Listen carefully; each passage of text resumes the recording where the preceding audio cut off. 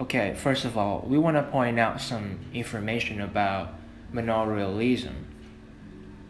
Apart from feudalism, manorialism is an economic and social structure based on the medieval manner in which a noble enjoys a variety of rights over lands and tenants.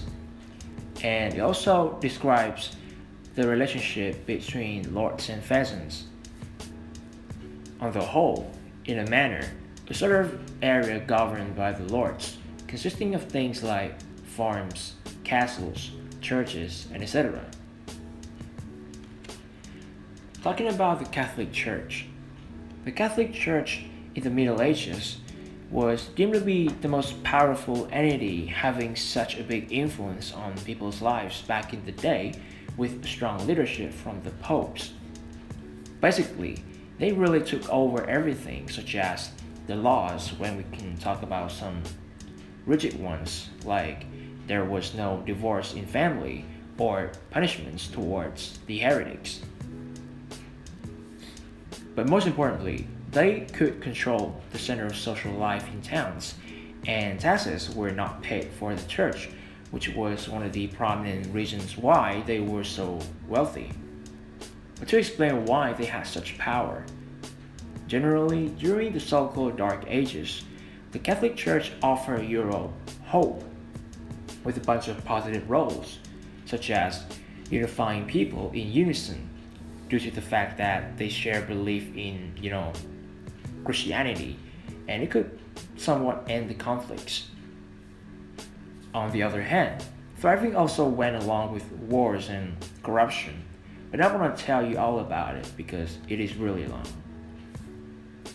On the bright side, the church in the Middle Ages had pretty fine architectures for its cathedrals, and talking about architectures, we cannot have a glimpse of the castles when, back in the day, along with cathedrals, castles were probably the second priority projects that the mighty focused on because of much of Europe was divided up between lords and princes, and they would rule the local land and all the people who lived there. Basically, in order to defend themselves, they built their home as large castles in the center of the land they rule, and they could defend from the attacks as well as prepare to launch attacks on their own from their castles. In the realm of farming, or we can say agriculture in general, apart from the church and castles, the major purpose of manor system is organizing lands to produce agricultural goods, and honestly, agriculture was immensely the basis for wealth. On the other hand, lands at that time were divided up into self-sufficient manors, and the peasants or serfs had to work the land and paid rent in exchange for protection.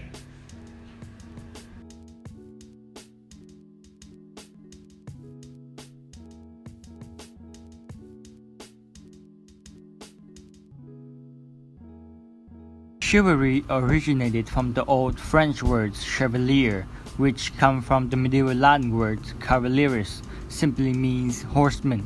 So to be chivalrous means to be good on horseback. However, the medieval understanding about chivalry is very different from what we thought of. It tries to address the noble violence at the time.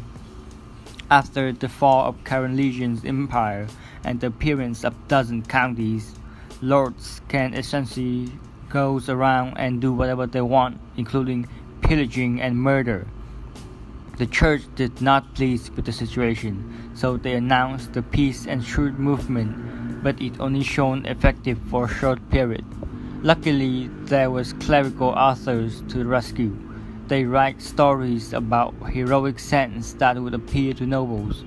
The content at the time can be easily recognized nowadays. They needed to be brave and honest, loyal, generous to others, display martial prowess in battle, courteous, and have good manners.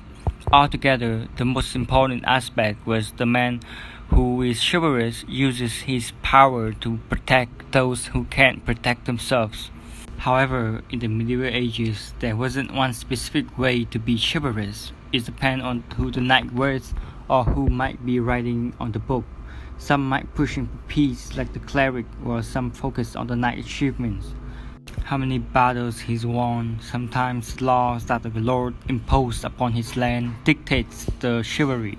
To sum up, there was never such a code that all knights follows. It's simply impossible due to the variation of each region. Welfare of the farmers during the Middle Ages was not even close to containment. Overworked as they are, and frustration can't even get into their mind due to the influence of the church. We will look into the farmers in the Medieval Ages through two aspects: work and belief. First, let's talk about work. So the king ruled over a kingdom by granting a piece of land called duchy to a duke. Then the duke controlled the land by establishing counts responsible for a designated region called county. The list goes on and on until we got the bottom layers of society, the farmers. Back then, education wasn't available to the peasant. As for books, only appeared to aristocrats, plus they didn't have the time. A typical day in the medieval town starts at 4 a.m., but unless you're from a noble house, you won't be going to church that morning. Instead, you will be working on the fields till dark with little to no room for leisure activities. Farmers only seen as tools for labor, a means for noble to do their taxes and pay the minimum wages to exist. Next up is belief. The medieval ages was horrible enough, yet with the comfort of religion, people are left with irritation and confusion.